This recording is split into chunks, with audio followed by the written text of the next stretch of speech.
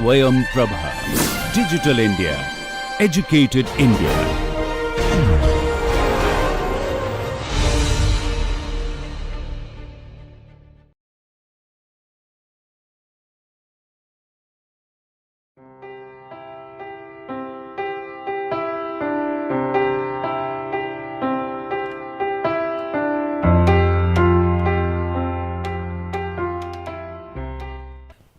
Today we are starting with new buildings in historic settings. Remember, in our last lectures we have talked about the delineated historic zones or historic areas which have a certain significant characteristics.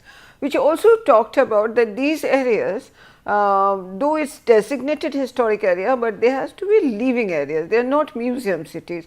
So, that means people will work there, they will stay there, some activities will go on, and obviously there will be some structures which need to be demolished or the open spaces are there. So, some of the new structures have to come up. Now, the question is that if an area is designated as a historic zone because of some significance and characteristics, then how these new buildings will come up in that area. Are there any guidelines? What are the guidelines then? How they will be designed? Whether they will be just an imitation of the old buildings, but the old buildings are also from various time periods of various styles it can be. So, this is the question and these are the examples we will see from some of the places, that whether it can be implemented through laws, bylaws, rules and regulations, or there can be some guidelines. So, this is the topic of today's discussion. Now, here we can see the two cities. One is from Kolkata, this one, the Kolkata from during the Second World War time, and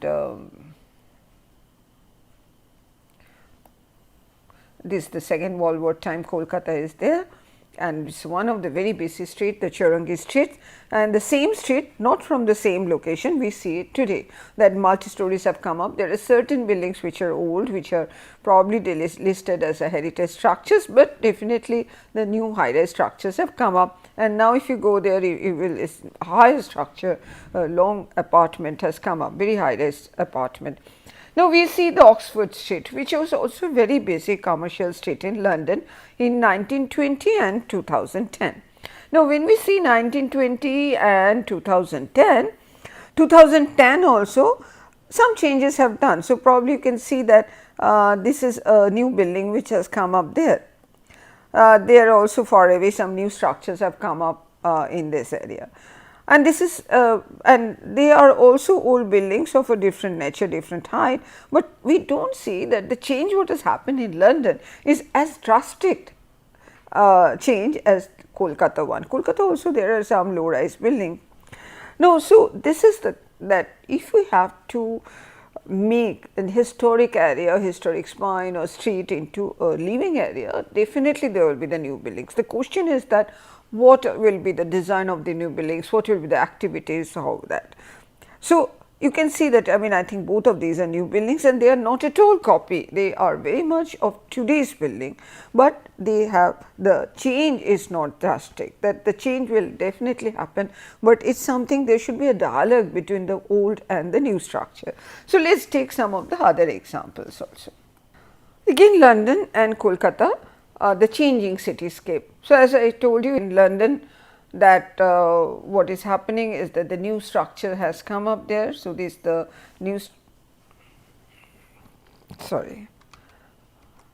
the new structure has come up there, and so you can see that you can make out that is a new structure, but it is not a copy or imitation of the old structure, but there is some sort of a harmony, some sort of a dialogue, continuity between the old and the new.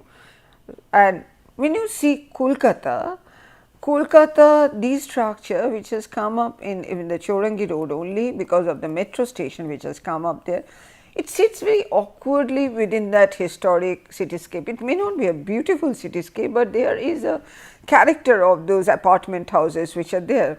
And this is also more drastic, that there is an old structure in the, this is not Chowrangi road, but near the Ganges, and there a new structure has come up which is totally sort of a disregarding the character of the old structure. So, this is something which probably is not desirable when we designated an area as a historic zone.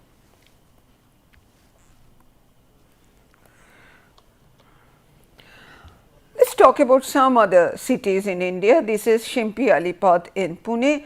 You can see that there are beautiful structures which are there, and not one, quite a few of them, but then behind some other structures which are coming up, which is actually nothing in common with this old structure. They are almost from at least two different worlds almost, and that is what, if this continues to happen, and this old structure will be there, maybe if they are listed structure, but if there is no sort of a character of that structure for which it has been designated as a heritage zone, that character will be totally lost. And it is not only visual character what we are talking about, we are also talking about the activities there. For example, in Pune, this area, there are particular types of craftsmen, the copper craftsmen and other craftsmen which are there, and still they are there, and they are also important for those type of activities.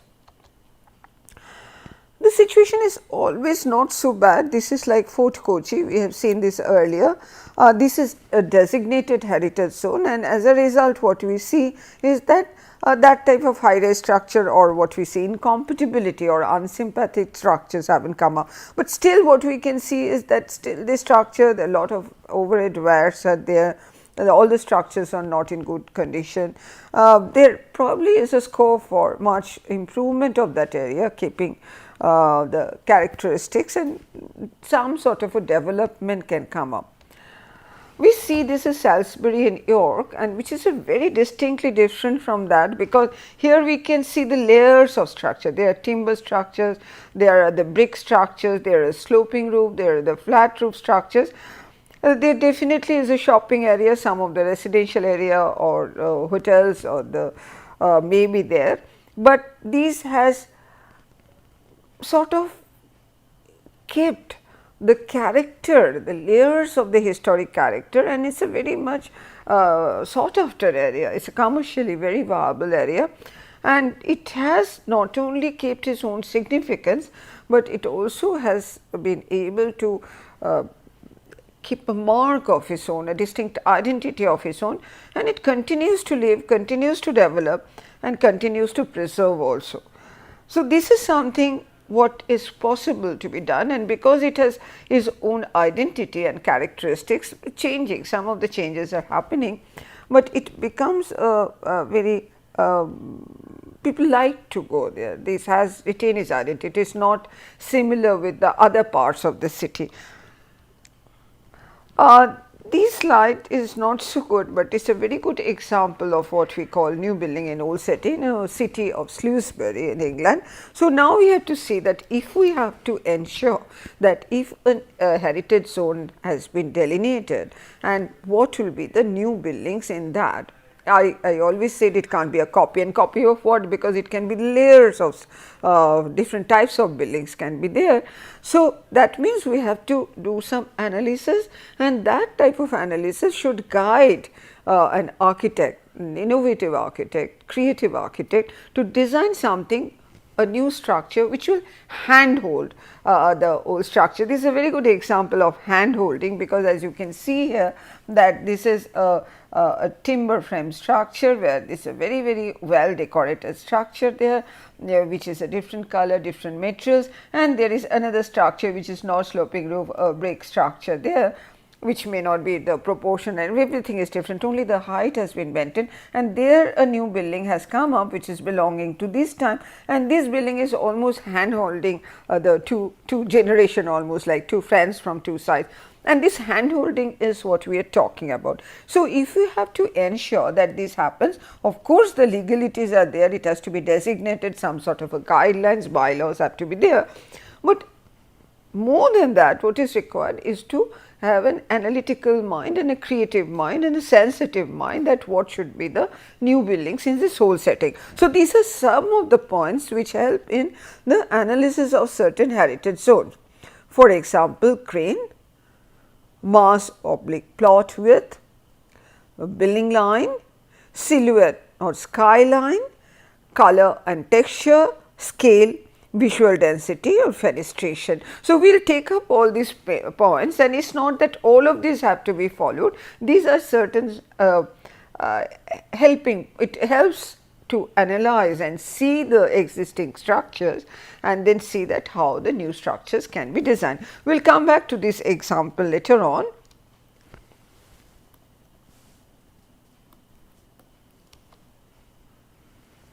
So, first one is the grain. So, we are saying filling the gap, the elements of townscape, they are designated as a special area. One of the reason, definitely it has got a distinct townscape value. So, one first point is the grain. What is grain? It explains the texture of historic property with topography, morphology, built form, and it can be a coarse grain and it can be a fine grain. So, you can see that there are from the various towns I have taken that from Copenhagen or Paris or New York or San Francisco, Toronto or London or Mississippi. There are different types of grain. What is a grain? It sort of talks about the topography, it talks about the street pattern, whether regular, irregular, open spaces versus built form, the roofscape, everything comes within the grain, but basically is that it can be the coarse grain, fine grain, and it can be a different. It likes if you move your hand over the city or the built environment, how you feel like that. And that's you can see the in these two, one is from Ahmedabad. This is from Ahmedabad. You can see that here the relationship of the open space to built form is very different, and here there is another town on a sloping topography. So, the proportion, the how the buildings are there is very different. So, the grain is one of the thing which can be analyzed, and that also gives a distinct. We do not look at the plan, but when you move in the city and other, it definitely will be felt that what is the grain type, and it can be has to be understood independently from each space or heritage zone.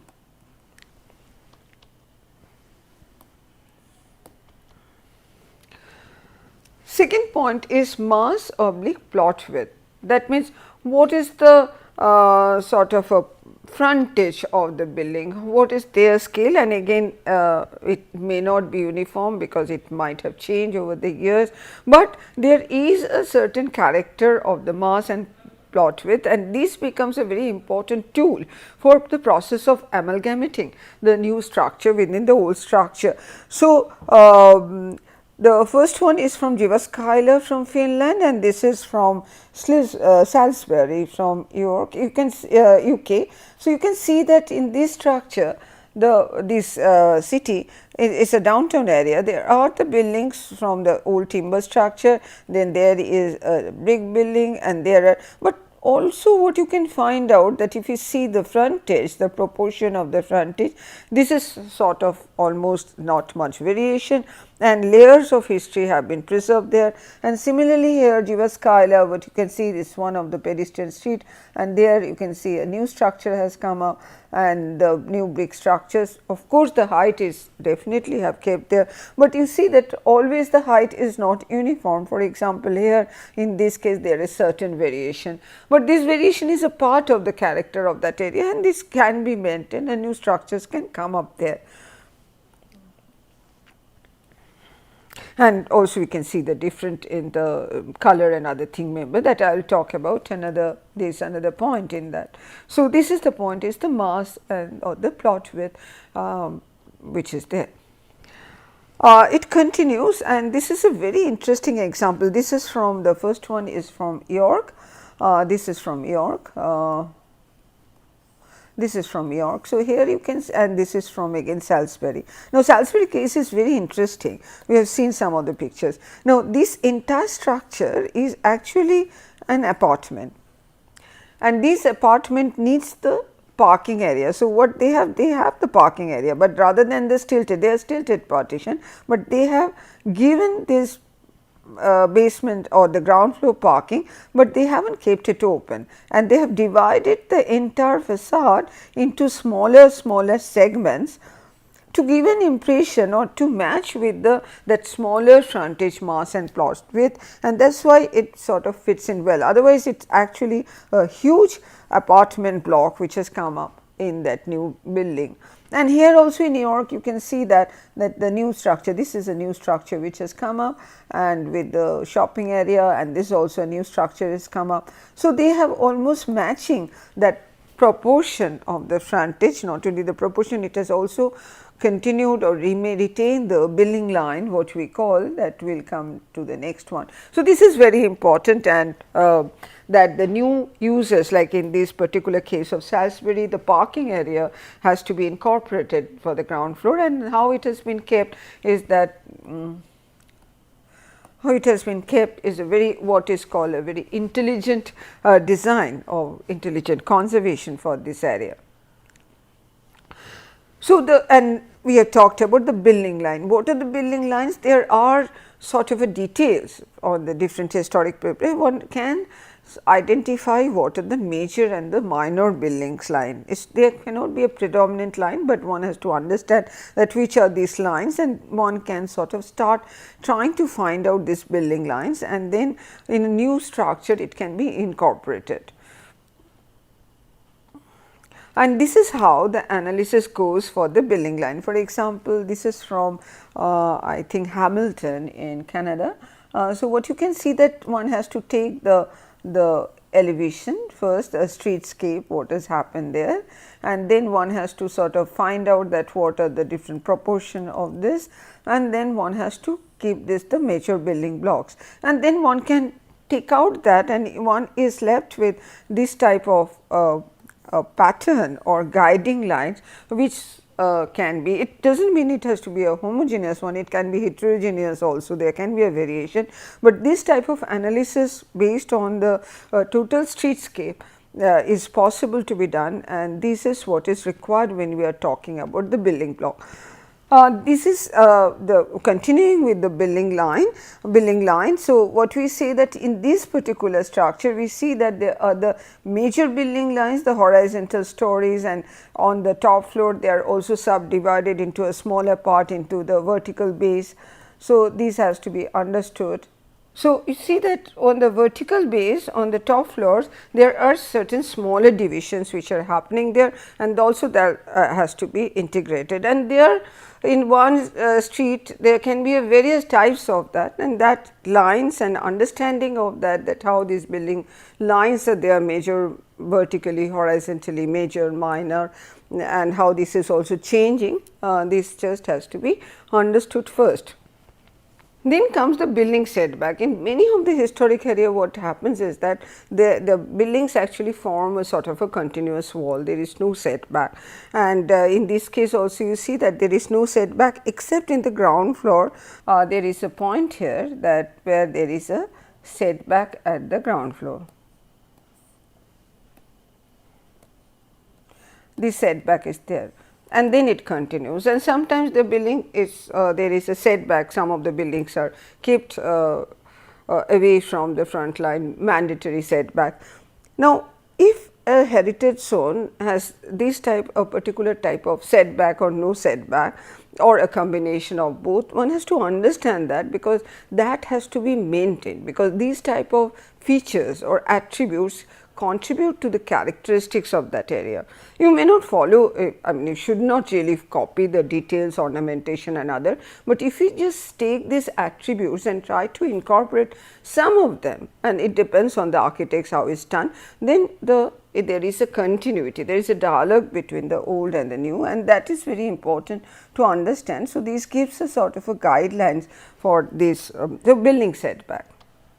There can be front setback, there can be side setback also.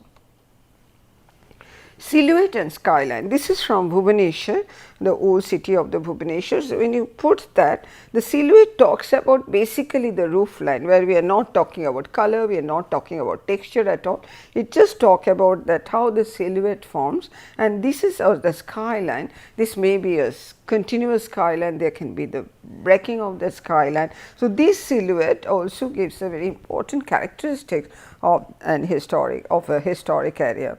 So, this is some of the studies what we say that we are not considering anything else, building lines, color, texture, we are just trying to see that how these roof lines have been formed. So, there are these different areas where you can see that sometimes it can be discontinuous, sometimes there will be interspersed with spheres, sometimes there will be in many cases it can be just a continuous line. So, one has to understand this silhouette and skyline, what is the characteristic.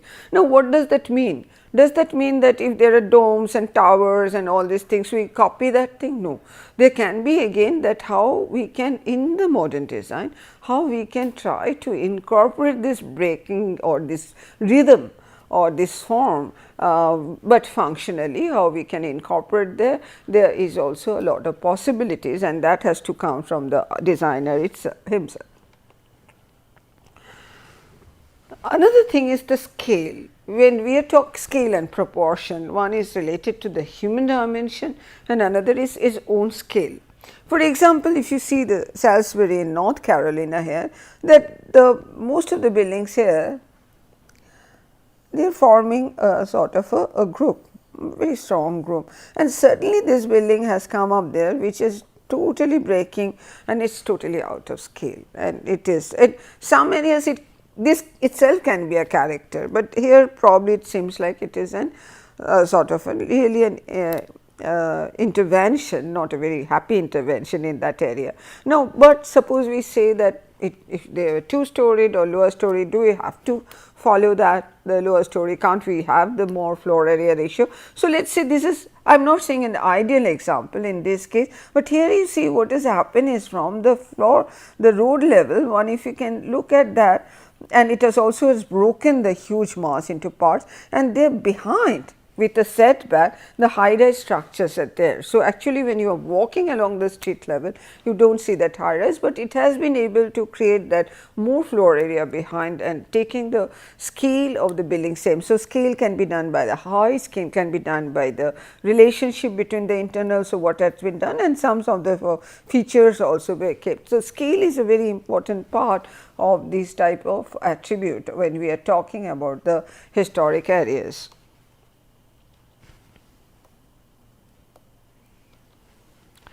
Color and the texture. Many of the old structures were built with brick or stone masonry and with different types of detail. Does not mean that we have to follow that, we can have the modern material, but to see some sort of if there is a harmony, there is an uniform character, and most of the buildings were made with a particular type of tone and their texture, or then it can be followed. This is an example of Oxford, which is, as you know, at an university city, and there a lot of new addition extensions are required, and here you can see that it is done with the modern material, but some a little bit of features and some sort of a rustication, some sort of a color has been incorporated there to harmonize between the old and the new structure. So, the color and texture is also very important part. We do not have to always take, we do not have to take the old details or imitate the old details or old structure. In the some details, some ornamentation, some sort of a rustication, it can happen to match, to sort of establish a harmony between the old and the new. Again, so visual density and fenestration, this is also important because I am again bringing that the old structure, and visual density and penetration comes from the type of details and ornamentation and the opening size and the proportion of the opening size, grouping of the opening size, and how and the sometimes ornamentations were also there. So, these also becomes a very important part. So, let us look at that example from the Salisbury. So, I said that this structure is hand holding between the two. Now, it has a very, on one side it has a huge timber frame structure which is a dark color with a lot of ornamentation, and another side it is a brick one which is a very simple one. So, what it has done is that this is a plain facade and this is a decorated and other thing. What it has taken a middle path. So, what it has done, rather than a flat thing, it has done some sort of a projection, and this color of the details, it's not an ornamentation, but how it has done the facade, the projection and the recession, it gives a sort of a character which matches. It is not a replication of that, it is some gives us some sort of a detailing, some sort of an ornamentation with this old structure. But again you see that the roof line has been maintained, the building line has been maintained this way, and the material wise for some it has looked for towards this and some other it has looked towards that, and that is why it is able to handhold that. It is neither to the, and it is a new structure, it belongs to today's time, and that is very important. And then we can also talk about this one, I say that this is actually not this one, that how we see the openings and the how the openings are grouped together. And definitely what is also important, many of such areas are being converted into the shopping areas, commercial areas, and they need a huge display window, and that actually sometimes break that. So if you have to have the display window, then also one has to see that within the display window how sort of a breaking the scale can be maintained. The signage system is very important. There is some regulation restriction of the signage system. This is very important when we are talking about the these historic areas. So this is what we call the visual density. Visual density is that how much are details within there, whether they are plain facade, other, and how we can combine these two.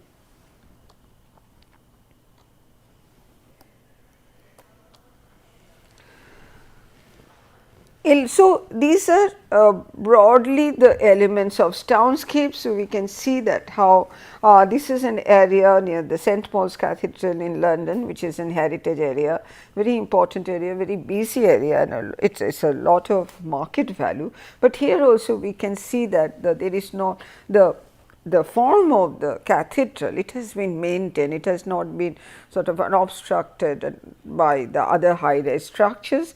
But within that we can see that new structures have come up. The new structures have come up with very interesting detail, which is a different types of ornamentation, which has its own language, but that language is definitely not same as this one, but it is not very not very drastically different from that one. So that is very important. And then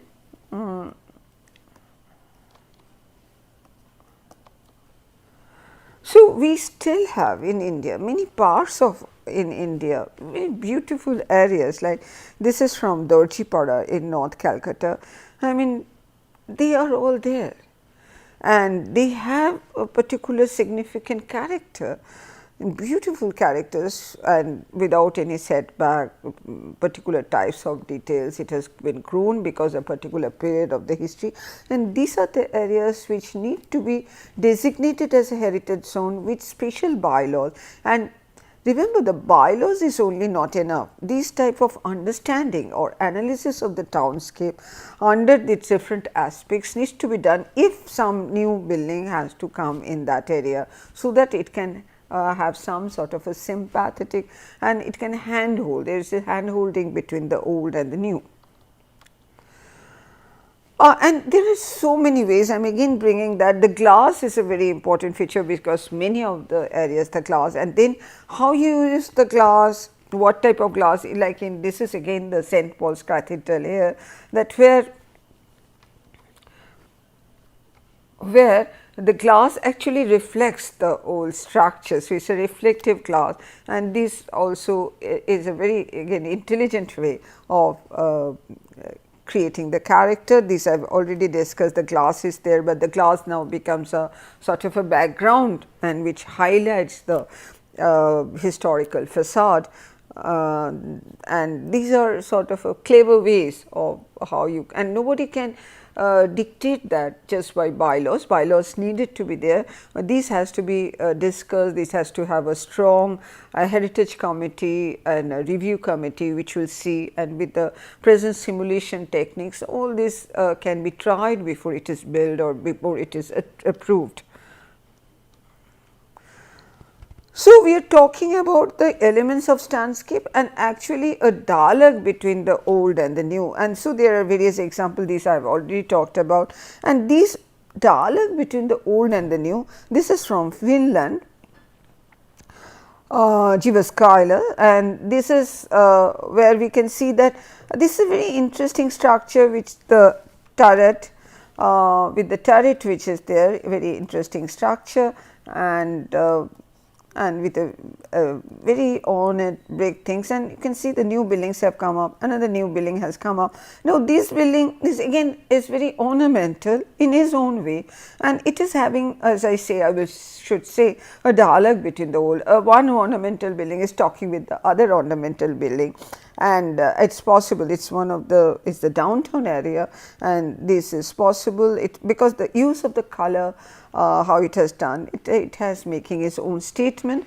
This is very interesting again, it is from I think it's Hamilton in Canada, and where there are the old structures, these are the old structures, and here the new structures have come up, and how they have very intelligently combined the red brick facade with the concrete structures. It's broken, it's not just one huge facade, they have broken the scale and used the detailing in such a way that it has its own way of complementing with the old structure.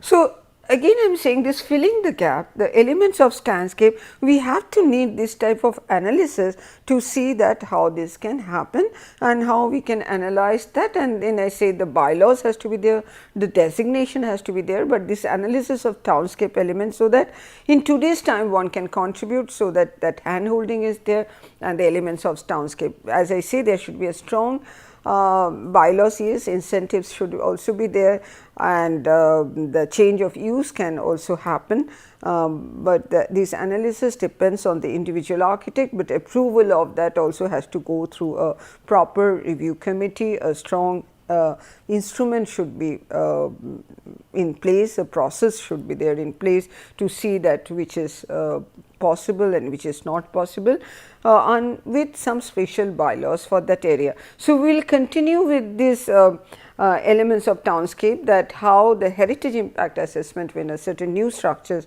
are coming up, how what should be the way to do the heritage impact assessment in such an heritage zone, and getting the guidelines from the old structure, again contributing in the contemporary time, in the contemporary language. So, we will continue with that with the next lecture. Thank you.